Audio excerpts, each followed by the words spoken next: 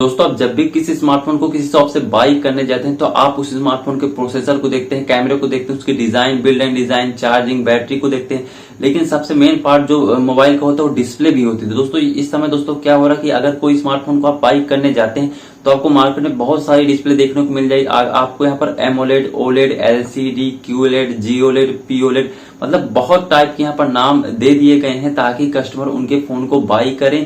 और इस तरह दोस्तों कस्टमर मतलब आप भी कंफ्यूज हो जाते हैं कि भाई हम किस डिस्प्ले को बाई करें, कौन सी डिस्प्ले बेस्ट होती है, कौन सी डिस्प्ले में हम अपना वीडियो शूटिंग अच्छी कर सकते हैं, अच्छे हमको मल्टीपल अच्छे अच्छे कलर हम दिख सकते हैं, हम कैसे कैसे मतलब 4K वीडियो शूटिंग कर सकते हैं। तो इस तरह दोस्तों मतलब क्या होता है कि जो टेक कंपनियां होती हैं, जो भी मोबाइल टेक की कंपनियां होती है दोस्तों, कस्टमर को उल्लू बनाने के लिए ही इस तरह के नाम चेंज कर करके उनको कंफ्यूज करती हैं ताकि उनके फोन ज्यादा सेल हो, ताकि उनकी सेलिंग काफी ज्यादा बढ़ जाए। अब इस तरह दोस्तों क्या होता है कि बहुत से कस्टमर होते हैं, उनको मन में ये रहता है कि यार इस कंपनी ने नई कोई डिस्प्ले लाई, इसका नया नाम है। इस तरह दोस्तों उनके फोन भी बिक जाते हैं और कस्टमर सब ज्यादा उन फोन को बाई भी करते हैं। लेकिन इसके पीछे मोबाइल कंपनियों की चाल रहती है अपने फोन को सेल कराने के लिए, इसलिए वो इतने टाइप के नाम को रखते हैं। तो आज की इस वीडियो में हम बात करने वाले हैं कि मोबाइल की डिस्प्ले कितने प्रकार की होती है, कौन कौन सी प्रकार की डिस्प्ले आपको फोन को बाई करना चाहिए, कौन कौन सी प्रकार की डिस्प्ले सबसे बेस्ट होती है। तो हेलो दोस्तों, मेरा नाम है शिवम प्रजापति और आप देख रहे हैं टेक फॉर मच। दोस्तों मैं आपको सिंपल शब्दों में बता दूं दोस्तों, डिस्प्ले केवल दो ही टाइप की होती है। पहली होती है एलसीडी और फिर दूसरी होती है ओलेड।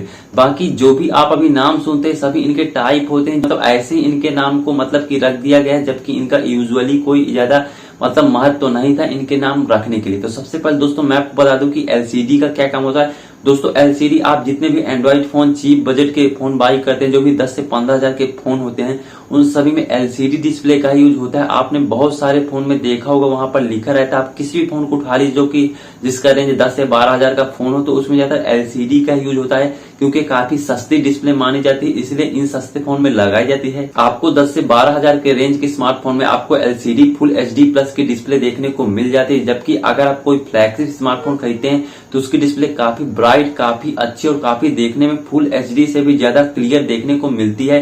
तो दोस्तों मैं आपको बता दूं, इसमें जो हम अभी जो बजट चीप के स्मार्टफोन बाई करते हैं तो इसमें दोस्तों एलसीडी की जो डिस्प्ले होती है दोस्तों, ये भी कई प्रकार की आती है, कई टाइप की आ रही है, अब भी ये आ रही है।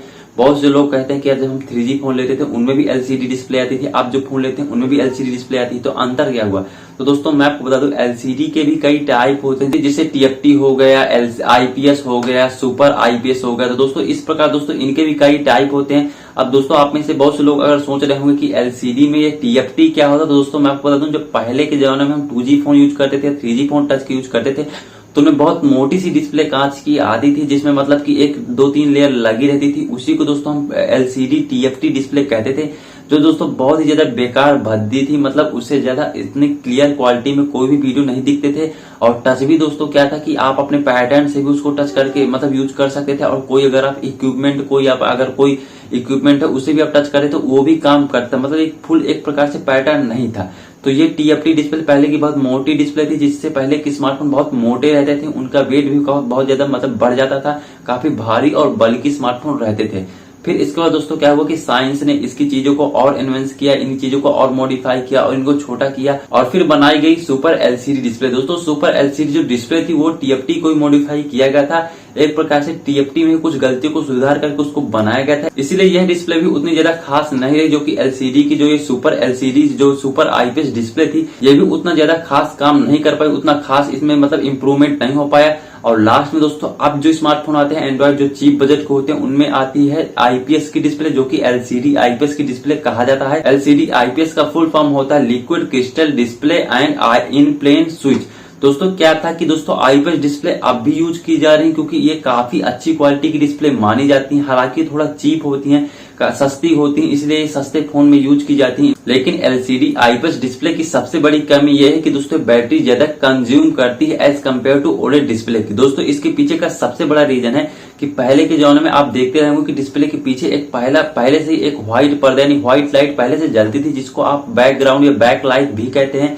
तो इस तरह दोस्तों इसमें जो आप अपना एलसीडी जो आईपीएस की डिस्प्ले होती है, इसमें पहले से एक बैक लाइट जलती रहती है, जैसे जितने भी एक कलर होते हैं जो आरजीबी, क्योंकि डिस्प्ले केवल 3 कलर से ही मिलकर बनी होती है, रेड, ग्रीन, ब्लू। तो ये 3 कलर को दोस्तों ये बार बार मतलब कि पूरी तरह से जलाती, मतलब पीछे एक बैक लाइट रहती है जो जलती रहती है, जिससे सभी कलर के पिक्सल जलते हैं। इसलिए दोस्तों हर एक प्रकार के पिक्सल को जलने में दोस्तों ज्यादा बैटरी कंज्यूम करते हैं और इसीलिए IPS LCD डिस्प्ले बहुत ज्यादा बैटरी कंज्यूम करती है। वहीं दोस्तों बात की जाए OLED डिस्प्ले, दोस्तों मैं आपको बता दूं OLEड डिस्प्ले में किसी प्रकार की बैक लाइट का यूज नहीं किया जाता, यानी एक एक पिक्सल को इसमें जलाया जाता है। अब दोस्तों OLEड डिस्प्ले में पिक्सल को जलाने के लिए 2 प्रकार के सिस्टम का यूज किया जाता है, जिसमें पहला था एक्टिव राइटिंग मैट्रिक्स और दूसरा था पैसिव राइटिंग मैट्रिक्स। दोस्तों पैसिव राइटिंग मैट्रिक्स में क्या था दोस्तों, इसमें सबसे बड़ी प्रॉब्लम ये थी कि इसमें जो रो होते हैं, आपने रो कॉलम जरूर पढ़ा होगा मैट्रिक्स में, तो दोस्तों इसमें क्या होता था कि इसमें रो ही जलते थे, मतलब एक लाइन में जो भी जितने भी पिक्सल हैं वो जलेंगे, मतलब एक एक लाइन के पिक्सल को ही कंट्रोल किया जा सकता था, एक एक पिक्सल को कंट्रोल नहीं किया जा सकता। मान लीजिए एक रो है, अब रो में दोस्तों एक साथ ही सभी वो पिक्सल जलने वाले हैं,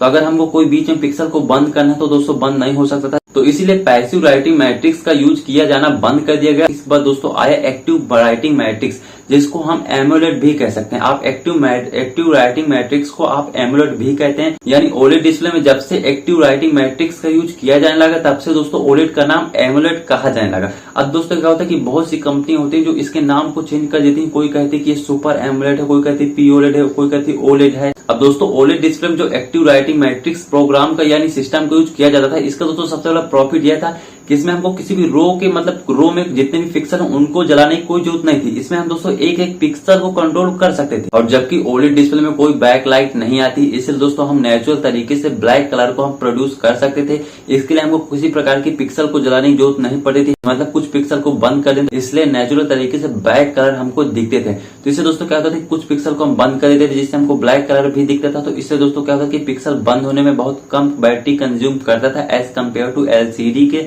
तो दोस्तों इसीलिए दोस्तों एमोलेड का प्रयोग बहुत ज्यादा किया जाने लगा। अब बड़ी बड़ी कंपनियां क्या करती हैं कि इसके नाम को चेंज करें। दोस्तों मैं आपको बता दूं इस समय दोस्तों इसके कई नाम चेंज हो चुके हैं। पहले OLED था, अब एमोलेड आया। अब एमोलेड डिस्प्ले के बाद अब POLED डिस्प्ले का नाम भी बहुत ज्यादा चर्चा में चल रहा था। दोस्तों मैं आपको बता दूं P का मतलब होता है प्लास्टिक। तो यहाँ पर दोस्तों क्या किया जाता है, जो एमोलेड डिस्प्ले होती है उसकी दोस्तों जो सबसे निचली परत होती है वो दोस्तों कांच की बनी होती है।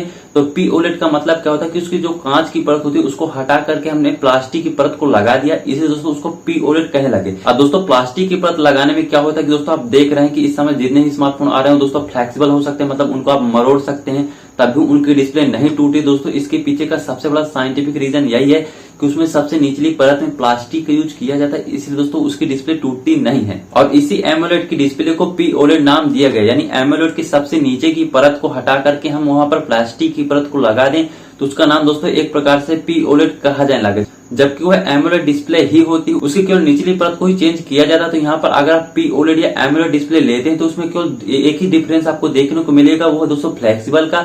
बाकी कोई भी वहां पर कोई डिफरेंस आपको देखने को उतना बड़ा नहीं मिलता है। तो अब आप जब भी किसी स्मार्टफोन को लेने जाए तो अगर शॉपकीपर आपसे कहता है कि आपको कौन सी डिस्प्ले चाहिए, आपको एमोलेड, OLED या फिर POLED, QOLED या GOLED चाहिए, कौन सी डिस्प्ले चाहिए, तो आप इनमें से किसी भी मतलब कि किसी भी डिस्प्ले को आप बाई कर सकते हैं। दोस्तों सभी डिस्प्ले एक ही होती है, इनके नाम को चेंज कर दिया गया है। केवल POLED में क्या किया गया कि नीचे प्लास्टिक को पर सबसे निचली परत में लगा दिया गया जिससे फ्लेक्सिबल होती है।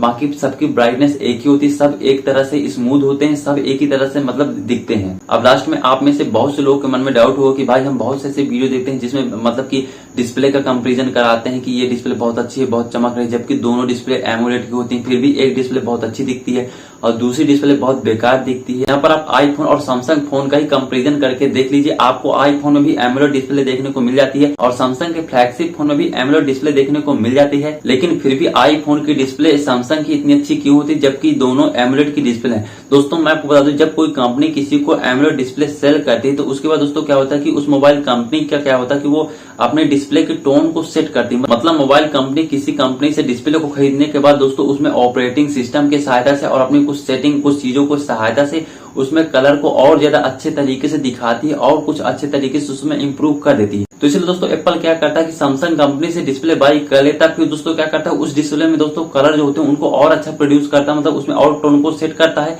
जिससे उसके कलर बहुत अच्छे दिखने लगते हैं और बाकी डिस्प्ले एक ही होती है। तो इस तरह दोस्तों मैंने आपको बताया कि किस प्रकार से कस्टमर को उल्लू बनाया जाता है, यानी एक ही डिस्प्ले के कई नाम चेंज करके कस्टमर से अपने मोबाइल को सेल कराने के लिए दोस्तों इस तरह से चाल चला जाता है मोबाइल कंपनियों द्वारा। तो आई होप दोस्तों आज का वीडियो आपके लिए काफी ज्यादा इन्फॉर्मेटिव लगा होगा और दोस्तों मैं आपके लिए ऐसे इन्फॉर्मेटिव वीडियो बनाता रहता हूँ। तो अभी तक आपने वीडियो को लाइक नहीं किया तो वीडियो को लाइक कर दीजिए और चैनल को सब्सक्राइब कर दीजिए।